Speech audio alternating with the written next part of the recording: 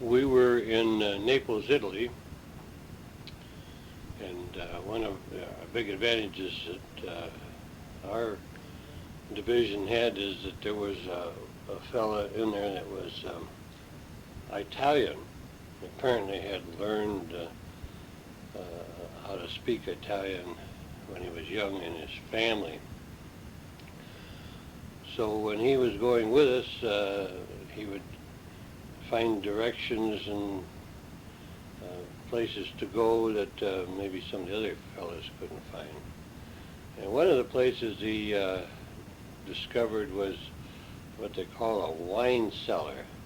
It was down in the basement of a building, and it was kind of like a local bar, but it was all wines and cognac and all sorts of things that were drinks that were a little different than you'd find in a normal bar.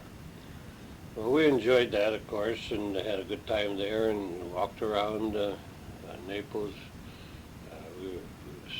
There was a fella taking some pictures on a street corner, and we got a few pictures, which I have in an album here.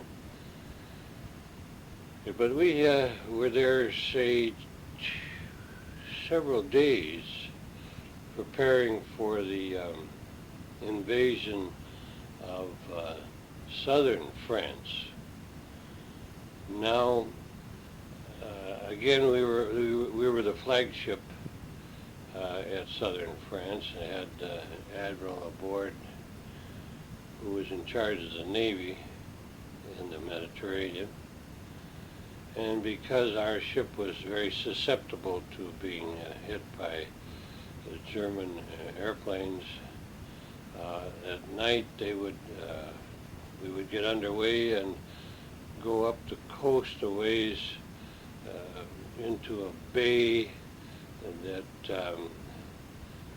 was right next to a huge cliff.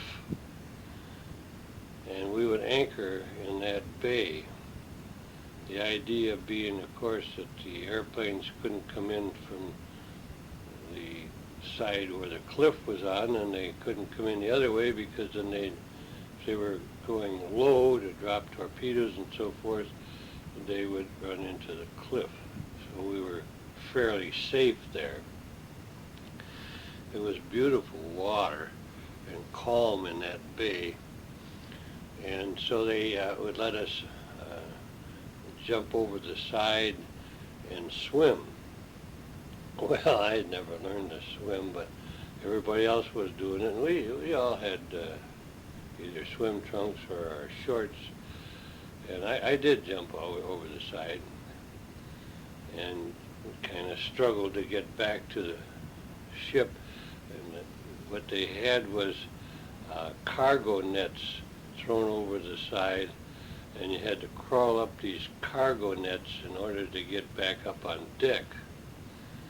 The bad part was that the cargo net would swing in against the ship, and the sides of the ship were full of barnacles. So when you would swing in towards the ship and hit the side of the ship, the barnacles would cut your feet. And I only went over once and came up and got up on top side, and my feet were bleeding pretty good, and that was the end of it for me.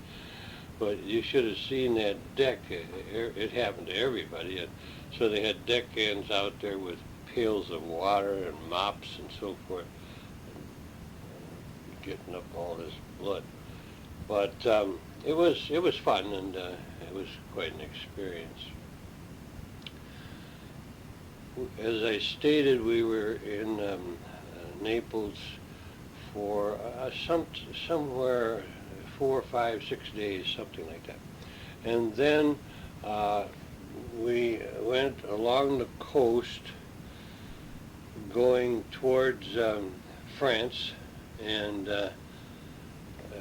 we got pretty close. I'd say we were within a couple of miles of the shoreline, we had 2 destroyers with us, and we got quite a ways, and all of a sudden, I got here. In fact, I think that time I was topside too. Yes, I was. I was topside, and I heard this loud boom, and all of a sudden there was a splash over on the port side of the ship, and then another one, and here, of course, we were underway at the time, and immediately there was another splash on the starboard side of the bow, and now of course, Germans were firing at us with their big guns, and these 2 destroyers that we had immediately turned on their smoke screens and got in between us and the beach and put up their smoke screen so you couldn't see anything. And we barreled out of there as fast as we could get and didn't get hit. So then we went up the coast a ways to, I believe it was Toulon. And just kind of, this admiral that we were aboard our ship, he wouldn't send anybody any place unless he went there first. He was kind of brave. So we got a chance to see the coast of France, and then we turned around, came back, and went back to towards Naples. But on the way back, they had spotted where this gun had fired at us. So we were all prepared. Everybody was at general quarters, and we were close enough so that we could shoot our big guns. We had 8-inch guns and 5-inch guns, but our 8-inch guns were really big. And so as soon as we got close to that spot on the beach, where we opened up with all our 8-inch guns, and if there had been anybody left there in that bunker where the Germans were shooting at us, why, it would be amazing. Then we went back to Naples and we waited a day or so, and then we went again back up the coast.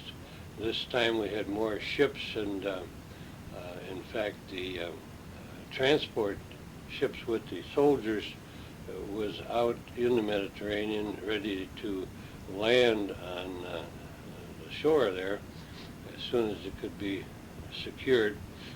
Well, what happened was that the Allies were sending in big bombers from B-29s, I think they were coming all the way from England, and they were bombing the whole southern coast, particularly around Toulon.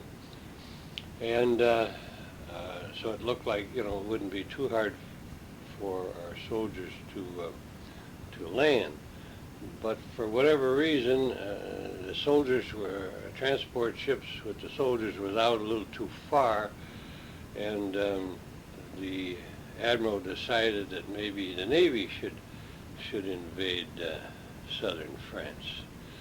Now, I don't think you're going to find that in too many books, but what it did, we had, I think, about 30 or 40 Marines aboard our ship, and also there was another ship, a heavy cruiser like ours. I don't know if it was a Louisville or a Tuscaloosa or whichever one it was.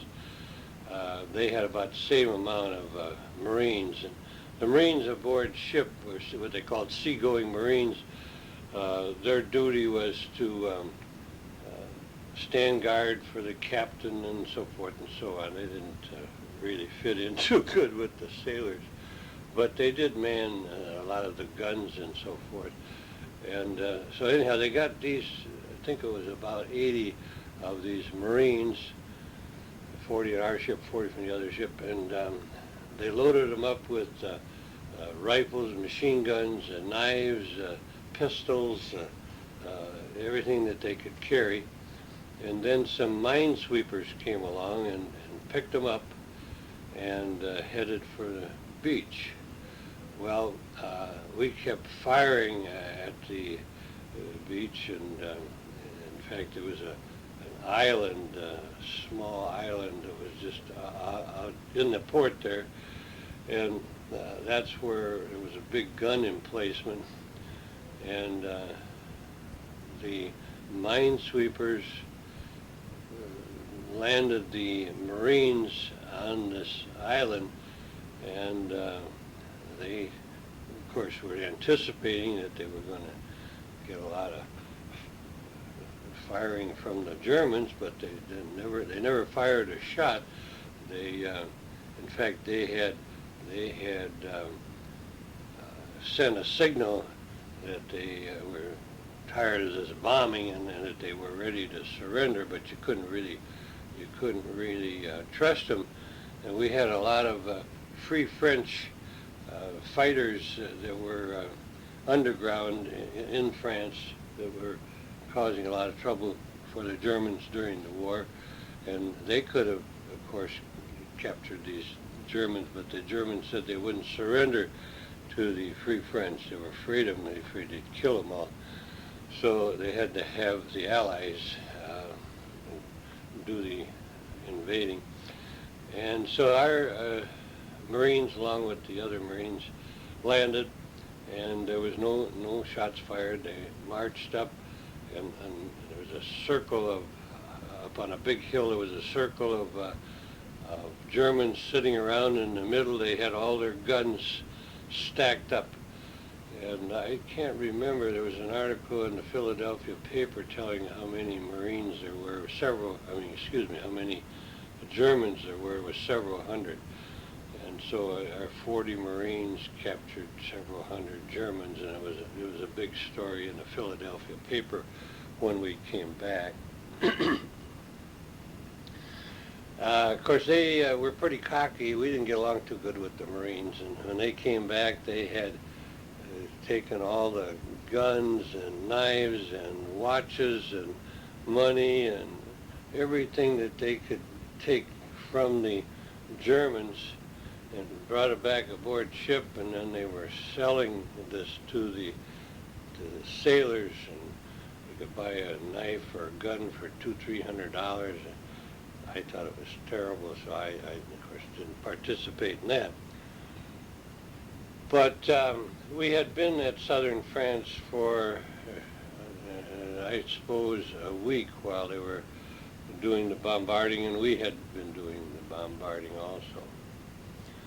From there, we just headed back to the States, and it was pretty nice to be able to know that we were going to be going home. And it looked like the war was progressing pretty good, because our Allied forces were only in France at that time, so we had a long ways to go, at least the Army did.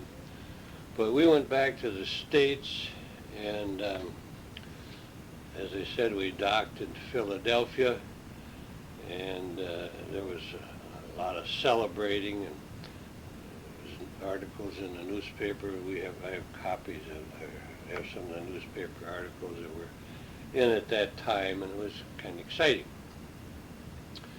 Well, they were going to be there for some period of time. We didn't know exactly why, but they were going to prepare the ship to take Roosevelt to Yalta a few months down the line, but of course we as sailors didn't know that. And I was fortunate to get on the first leave party. It was a 30 days leave. Each group was going to get 30 days leave, and there was 3 groups, and I was in the first group. Well, as I stated before, Shar and I would correspond as best we could almost every day, and now we had been going together for over 4 years, almost 5 years, and she had indicated in one of her letters that when I did get home on leave that we could probably think about getting married. So that was good news to me. So I did get, as I stated, first leave and caught a train and headed for Minnesota. Well, one of my buddies who I mentioned earlier, Jim Wessels, was going to his home, which was a farm in near Nietzsche, North Dakota. And so he was heading for St. Paul, and we sat together on the train and talked about what we were going to do, and he asked me what I was going to do, and I said I was hoping to get married, and he said, boy, I'd sure like to come down for your wedding. And I said, well, if you could do that, I'd like to have you be my best man. All my friends, of course, back in St. Paul were gone in the service. So he said, yeah, well, just give me a call and let me know, and I'll get my dad's car and I'll drive down, and I'll be glad to do that.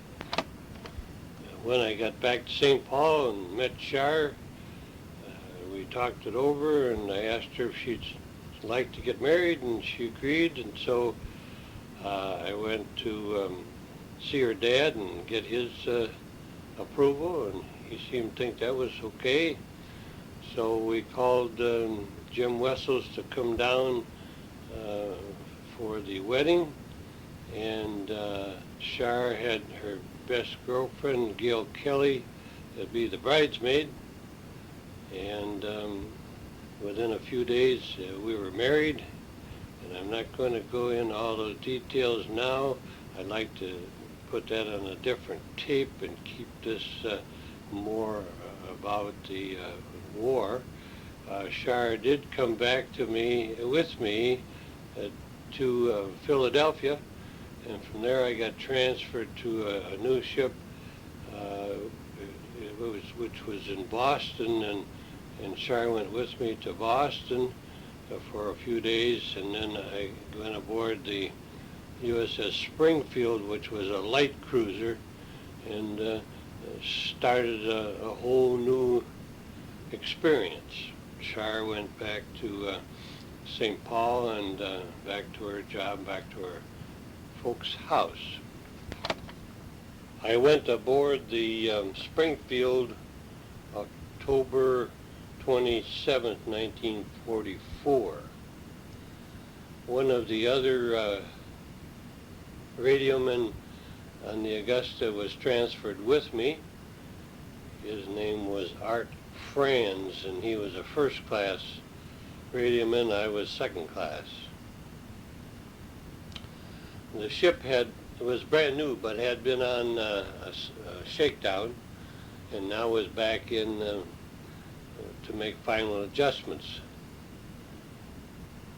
preparing for another shakedown, which we went on a few days later. Went down to Norfolk and spent a little time there, a few days, and from there we went on down to Trinidad, and then back up to Norfolk, where we went in for a few more adjustments and to take on supplies.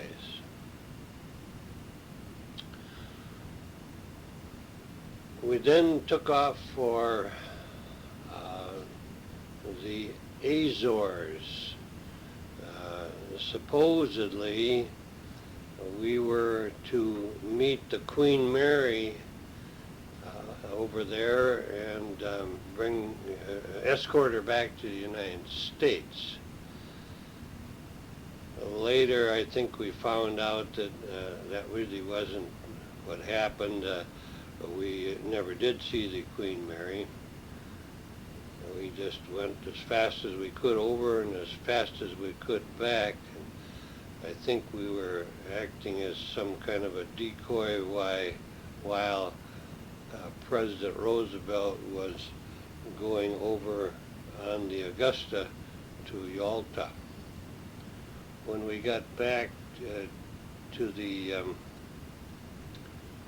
this side of the Atlantic, then we went down into the Panama Canal and stopped at Panama City, Going through the canal was, of course, quite an experience. I was fortunate not to be on duty, so I was topside a good share of the time and got to see how the canal worked and all the dams and so forth. It took us, seemed to me, most of the day to go through, even though we did stop there's a lake someplace, a freshwater lake someplace in the middle of the canal. And there we stopped, and the men went over the side and cleaned off the barnacles. Then we went from there to Hawaii, to Pearl Harbor. And we stayed in Pearl Harbor for a few days. I was able to get ashore, and that was, of course, very interesting, because I had never been to Hawaii before. From there, we went out to the South Pacific. Now, I don't remember the exact islands that we hit at what time. Iwo Jima had already been recaptured by the United States forces. All of the islands in the Pacific that were habitable had been captured by the Japanese. And now, by the time we got there, all of them had been recaptured by the Allied forces. We stopped in Inuitak for a day, and we stopped in the Gilbert Islands, and I believe that's where I had quite an exciting experience. I was up in the radio shack copying some news on the radio, and all of a sudden somebody tapped me on the shoulder, and I turned around, and here was Jim Lund. Well, of course, Jim and I had practically grown up together, and then gone to the Navy together, and got separated when we left Chicago. You can imagine how excited I was to see him. I'll have to go back just a little bit.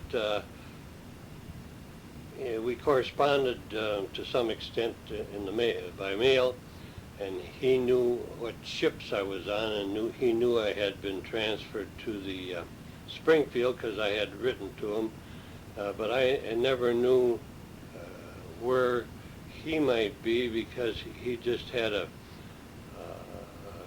Air Force division number, and they transferred around from, his group would transfer from one ship to another, and from one base to another, and so there was no way of ever knowing where he was.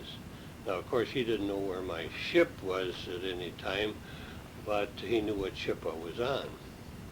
Well, what happened was he was working on an airplane that day, and he was all greasy and in his dungarees and so forth, and he was on a converted aircraft carrier called the Bella Wood. And they passed word over the loudspeaker that there was a boat leaving for the beach, and it was going to stop at the Springfield. Anybody cared to go aboard would report to the well deck. So he immediately dropped all his tools and ran over to his, went up to his captain and told him that he had a friend over on the Springfield, and could he get off and go over. Well, this was just unheard of. But what he did is just wipe his hands off, and he didn't even pick up a hat. He just went over and got in the boat, and the boat came to our ship. And whoever else came over with him, I don't know, but he apparently came aboard ship, and when you come aboard ship, you have to salute the flag on the fantail, and you have to salute the officer of the deck. Well, you're not supposed to even salute unless you have a hat on, but somehow they let him aboard ship, and he explained that he was looking for me, and they told him what division I was in, where they might find me, and someone told him that I was up in the radio shack, and so he just came up. Well, when I saw him, I just couldn't believe my eyes. First place, I was just so excited just to see him. But if you could have seen what he looked like, you couldn't believe it. He was all grease and dirty, and didn't have a hat on, as they say. He didn't have the uniform of the day on. And if someone on our ship walked around like that, away from whatever they were doing, they'd put him in the brig. So I said, asked him, how in the world did you ever do that? How'd you ever get aboard ship? Well, then he explained just what I just got through saying, and which was just absolutely impossible, but he had done it. So I took him down below decks as fast as I could, so that our master-at-arms wouldn't see him, because I don't think they'd even ask him any questions. They'd just take him down, put him in a brig. So I took him down below decks and took him in and got him washed up the best we could, and got him a hat. So he had to wear a hat. I always had to wear a hat on our ships. And of course we started kidding about how his appearance. And he said, well, he didn't understand what was the problem on our ship. He said he thought that they were in the real Navy, and he couldn't see all this regulation that we had on these cruisers. He just didn't understand that. And of course we didn't understand how you could get along like he did on the carrier. So anyhow, I thought I still should keep him out of sight, so we went up and hid behind the turrets, the 8-inch turrets, and we got some sandwiches or something to eat. I can't remember just how we got something to eat, but we went up there and hid behind the turrets and started talking, and we talked and talked and talked until we were both hoarse. It was probably, I don't know, it was probably midnight. And then I took him down and found an empty bunk and got him in the bunk,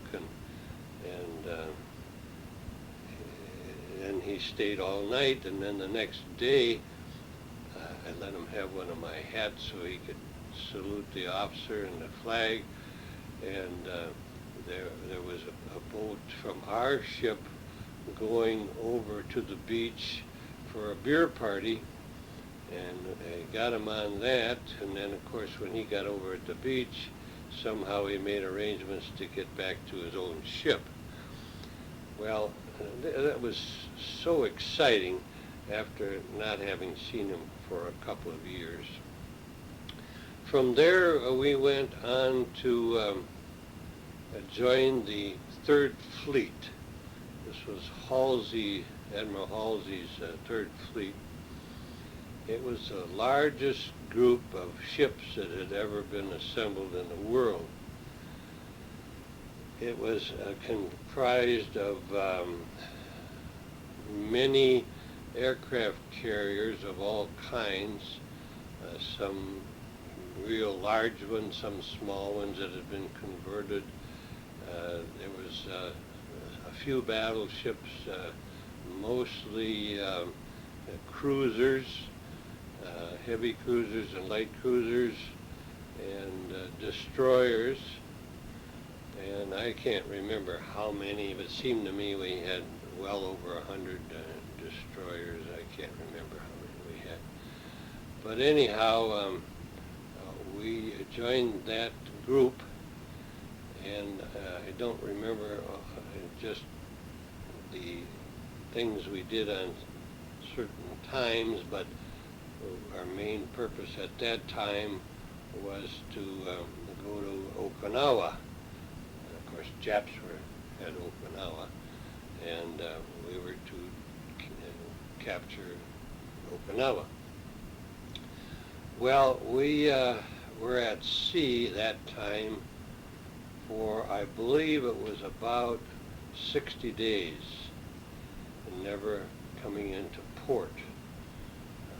We didn't get any mail for almost that entire period of time. The way we got supplies is we would go out a ways, and the cargo ships would come alongside, and the oil tankers would come alongside, and they'd throw a line over, and they'd supply us with supplies and oil and so on and so forth. And what we were doing was we were trying to guard the aircraft carriers. The carriers were sending their planes in. The carrier planes were bombing Okinawa, getting ready for the invasion so that they could make ready to go into Japan. And getting ready to make the invasion of Japan. Now, this was real war. The Japs had an awful lot of planes, and they knew, of course, that they were getting down to a point where they were in real trouble. They lost an awful lot of their ships. We'd sunk a lot of their ships and submarines. And so what they did was to send their planes out from Okinawa and Japan to attack our fleet. They were almost all pilots that were kamikazes. Somehow they convinced these young fellas that they would go to whatever heaven they believed in if they would give their life for their country. And the idea was to take a plane out to our armada of ships and try to bomb us to some extent, but mainly to plunge the airplane into one of our ships. Their main purpose was first to hit the aircraft carriers, and then of course the next battleships, cruisers, and the last was the destroyers. They did their best, and they would attack sometimes several times a day. The way we had protection to some extent was that we had our destroyers on an outer ring. They would circle the armada and try to shoot the Japs down before they got into the main group of ships. We also would be sending up fighter planes and to fight them off, and also bombers and fighter planes to go over Okinawa and bombard. It seems to me in the time that we were there before we finally invaded Japan, we lost about 18 or 20 carriers. They didn't all sink, but they were hit and damaged. After we'd been out there for a couple of months, as I stated, we then had some relief. We went to the Philippines. A lady Gulf, and there we were supposed to be resting up and getting the ship back in shape and taking on supply and so forth. We were there several days. We were very fortunate in that the part of the group that were still out to sea ran into a typhoon. And I guess there's no way I could describe it because I didn't see it, but we did see some of the ships that didn't sink during the typhoon. And one of the carriers that we saw, the flight deck was just turned up like you turned up a piece of paper. It was just amazing. It must have been a terrible storm. They lost a lot of men. Then we went and rejoined the group, the fleet.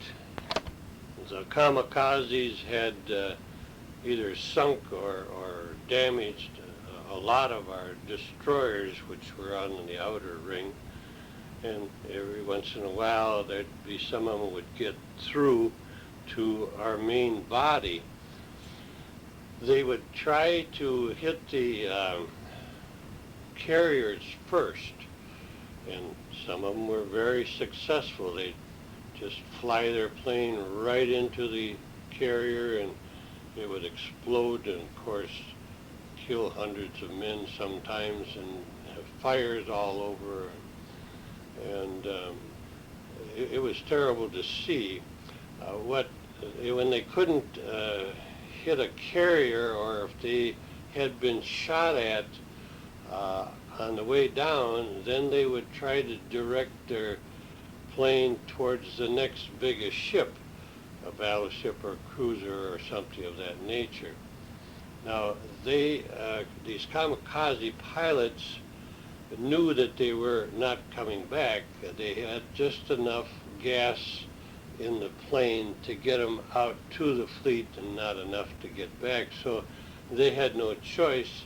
They had, after they dropped whatever bombs they might have had with them and strafed or whatever they were trying to do, they had to try to fly their plane into one of the ships, and of course then they get killed.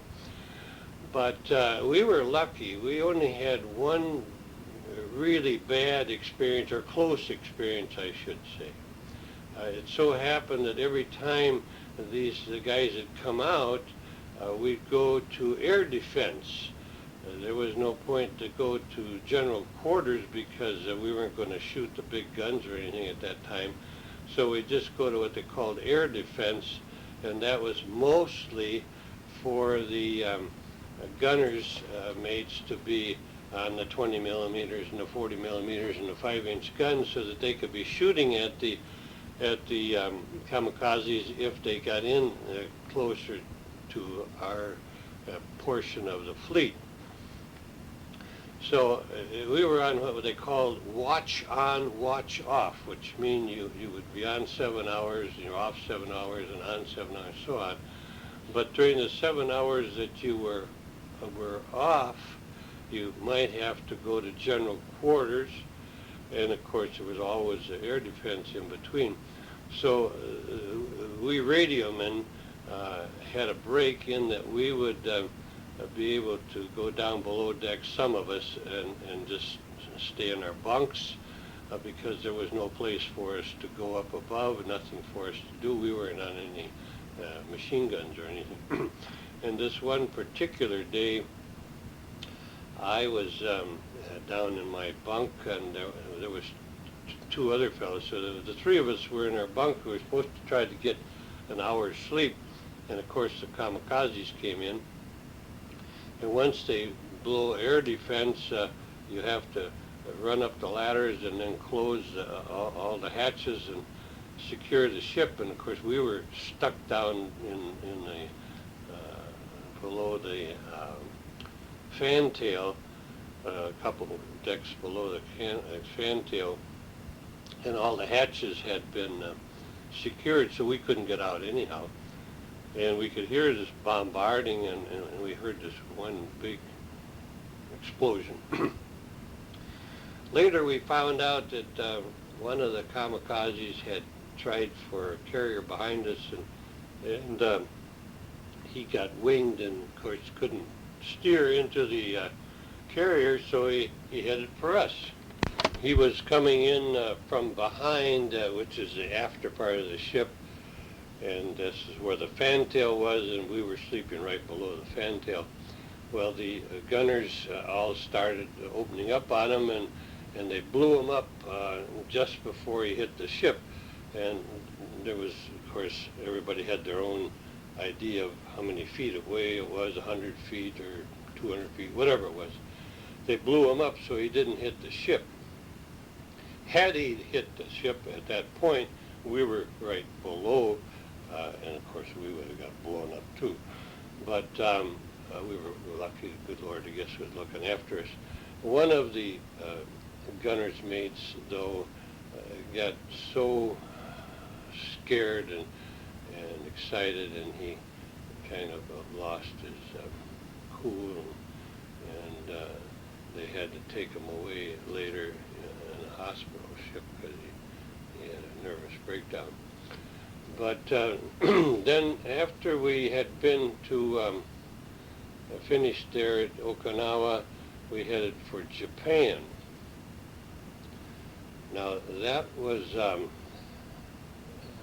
exciting also, but by now we had shot down most of their planes, and we had such a big armada of planes and ships that we weren't in as much of a problem of getting, bombed or torpedoed or whatever. So we went along the coast of Japan, and we did do some bombarding along the coast while our airplanes were bombarding Tokyo and all along the shoreline. Now, finally, then, about that time is when the Allies dropped the two atomic bombs. We were out at sea at the time, and of course they dropped the first one, and a few days later they dropped the second one, and after they did that, why, the Japs decided they had had enough. They annihilated a couple of cities. So they agreed to surrender.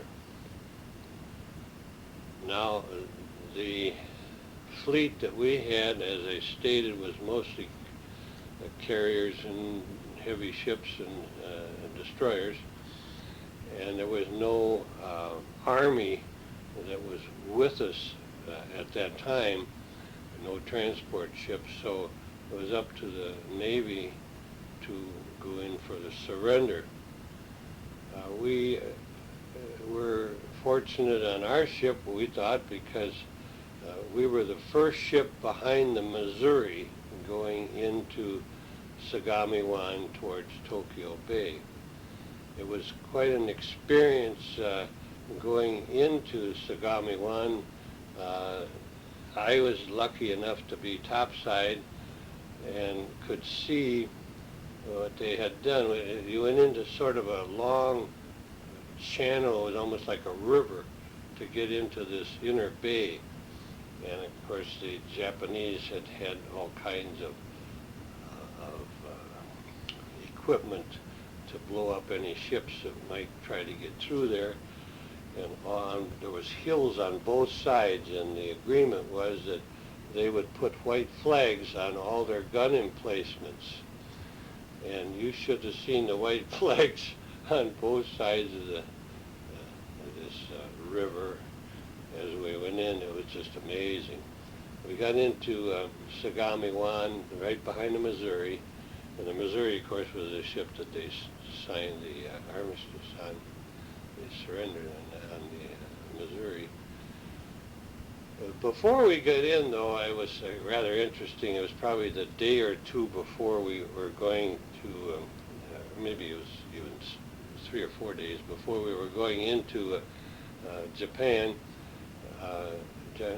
Admiral Halsey was our commander of all Allied forces in the Navy, and we got a signal that we were to hook into a certain frequency to listen to Halsey. He had a statement to make, and so we hooked in, and then we had to have that put on the loudspeaker so it would go all over the ship, so all the crew could hear it. And he came on and told how the Japs had agreed to surrender and a few other things, but I always remember he said there might still be some kamikazes coming in, and if they are, shoot them down, but shoot them in a friendly sort of way. And of course, fellows all kind of laughed about that, but it wasn't funny. Before we went in for the surrender, there were several Jap planes that came in to try to blow us up, even after they had agreed to surrender. And of course, they had to shoot them down. But again, getting back to getting into Sagami-Wan Bay, the carriers stayed out along with most of the destroyers and some of the cruisers, and we took quite a good-sized fleet into Sagami-Wan. And then after a couple more days, the Missouri and a few other ships went into the inner Tokyo Bay, where the Japanese came aboard and signed all the documents to surrender. I had a chance then to get ashore in Tokyo. Also, we got ashore in Yokosuka, which city it was right now. And that was interesting, but Tokyo itself was just ruined. There was, you walk around in the downtown area particularly, or almost any place you went, there would be a portion of a building sticking up in one block, and then there'd be nothing for blocks and blocks. The Japs had agreed to surrender on August 15th, 1945, but the actual signing wasn't until August 26th, 1945. As I stated, I had been able to get ashore a couple of times in Tokyo, but our main object was now to get home. Some of us had been aboard ship longer than others and had been in the Navy longer than others, so we had seniority, and supposedly we would be one of the first ones to go back to the States. Every day, of course, we were wondering how we were going to get there, because it was apparent that our ship was going to stay on for some period of time. But there were ships that were going back. One of them was a was a battleship, and it couldn't go through the Panama Canal because it was too large, so it was going to go all the way around the world and come back in Brooklyn. Well, several of us had an opportunity to get on that ship. I don't remember which one it was, but we decided that that would take a couple of months because they were going to make several stops going back to the States. We decided not to go on that ship. But shortly thereafter, we had a chance, a bunch of us had a chance to go on the Bella Wood, which was going back to the States on the West Coast. So on September 2nd of 45, I got a chance to get onto the Bella Wood. Well, the Bella Wood was this carrier that Jim Lund had been on. So, of course, I got pretty excited thinking that I would be going back to the States with him. So when I got aboard, the Bellewood, I started inquiring all over to see where he might be, and I found out that they had transferred his squadron off of the ship, and I didn't even know where it was. So the ship got ready to go back, and they took on hundreds of sailors and Seabees, and it was a regular troop ship going back to the States. They put on all kinds of bunks, and it was quite a ride back across the Pacific. On the way, we just dumped bombs and ammunition and some airplanes, gas tanks, all types of things they would dump over the side rather than bring it back to the States, because they had hundreds of thousands of these built up back in the States, and so they weren't going to bring them back. And those of us that were radiomen did work in the Radio Shack and helped them out a little bit on the way back, but we did have a lot of free time. All over the ship there were hundreds of card games and crap games. I played some poker. I didn't do too well, but didn't lose much either. But as the days went by, there were certain fellas that were doing most of the winnings, and some of the games would get pretty big.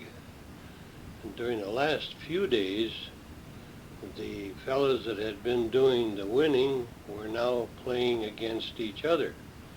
Now, all this was usually done on the deck. There was no tables. They didn't play with tables or anything like that. And I remember watching the last day or so some of those really big games where they would play blackjack and poker, and they were so serious that if a deck had a card in the deck got just a little mark on it, out it would go, and they'd get a new deck, and they'd start another deck, and this went on, and there was even fellows that had their knives alongside of them, just in case that anybody was going to try to cheat. And in the pots there were hundreds and hundreds of dollars. And so when they finally finished, we got back to the States, there were probably only about 6 or 8 guys that had the bulk of the poker money that had been spent during that time, and they probably had thousands of dollars each. It was rather interesting. Well, we stopped in Hawaii and stayed there for 2 or 3 days, and then headed back to the States. We landed in California, I believe it was around Long Beach, and then from there we took a train to Fort Snelling in Minneapolis to be mustered out. Each of us had to go through a medical exam, of course, to see if there was anything wrong with us. For example, your eyes or your hearing or whatever. And most of the guys I talked to were just anxious to get out, and they weren't going to tell anything about what was wrong with them. And I was one of those. I had, of course, had a lot of back problems during the time I was in the service, way back at Great Lakes when I carried the mail bags, and then later aboard ship when we'd have all hands working parties, and I carried ammunition and 5-inch shells, and we even carried cases of beer. We'd have a long line of fellas starting way down where the ships were sending the supplies over to our ship, and they were being unloaded on the deck, and then we'd have a line of men going from there all the way to the cargo holds, and sometimes there'd be 200-300 men in these lines, and if you got a shell, and the man next to you handed you a shell, you just turned and handed it to the man next to you, and you just kept doing that for a couple hours until they had all the ammunition aboard that they needed. Well, I should have reported the fact that I'd had all this back trouble during the time I was aboard ship, but all I wanted to do was get out. I would have undoubtedly had medical care and maybe some type of a small pension for the rest of my life had I been smart enough to report it. There were, of course, thousands of fellows that were crippled and were wounded and lost limbs and eyes and so forth, and they were the ones that were really entitled to get help the rest of their life plus a pension. But later I found out that there were fellows that stubbed their toes and broke their fingernails and did a lot of other silly things that they reported as handicaps and collected on them. Some of them I know to this day are still collecting pensions, and they're much better shape than I am. But that's the way it goes. So after we passed our medical exams, then we were finally discharged. And fortunately, of course, I got an honorable discharge. And that was on the 6th of October, 1945. From there, I went home in St. Paul and met Charlotte. And Char had worked for about a year at a munitions plant out in New Brighton, and she worked 6 months at nights and 6 months days, and then she had hoped to go to Washington, D.C., so she took some tests with the government and passed the tests, but I guess I kind of influenced her, and she decided not to go to Washington and took a job with the Internal Revenue at the St. Paul Post Office, and she stayed there until after I came home from the service. Bob and Cheryl had been married before he went overseas, and then he was overseas for about 3 years and never did get home until he finally got back and was discharged. And Shirley also had worked in one of the arms plants. A lot of people did in those days because they were needed, and that's where the best money was in working in the arms plants.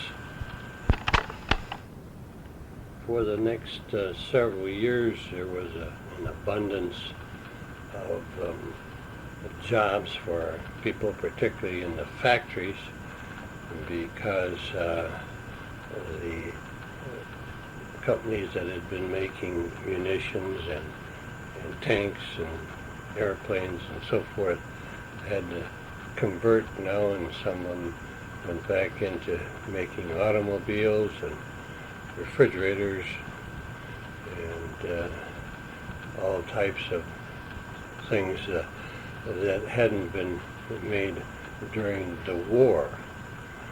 So there was a lot of people were able to get good jobs. Bob had been working at the St. Paul Dispatch before the war. That was a big newspaper there, and now he went back and got his job back at the paper, and was in sales, and he stayed with the St. Paul Dispatch for 40-some years after that, and finally retired when he was about 65 years old, I believe. My buddy Jim Lund, that I had gone in the service with and practically grew up with, when he got out, he went back to school and studied engineering, and then he got a job with, I think it was some kind of an aluminum company. They made ladders and ironing boards and all sorts of things with aluminum. And he stayed there for a couple of years and then went on to Minnesota Mining and stayed with them until he finally retired, and had an excellent job, and I know turned out with some real good pension when he finally retired. Jim Wessels was on his way to North Dakota to go back to the farm when he got out, but he didn't stay there long. He came back down to the Twin Cities, down to St. Paul, and got a job, and then shortly thereafter, Char and I stood up for Gail and Jim, and when they got married, and then they did go back to the farm up in Nietzsche, North Dakota. And later they moved down to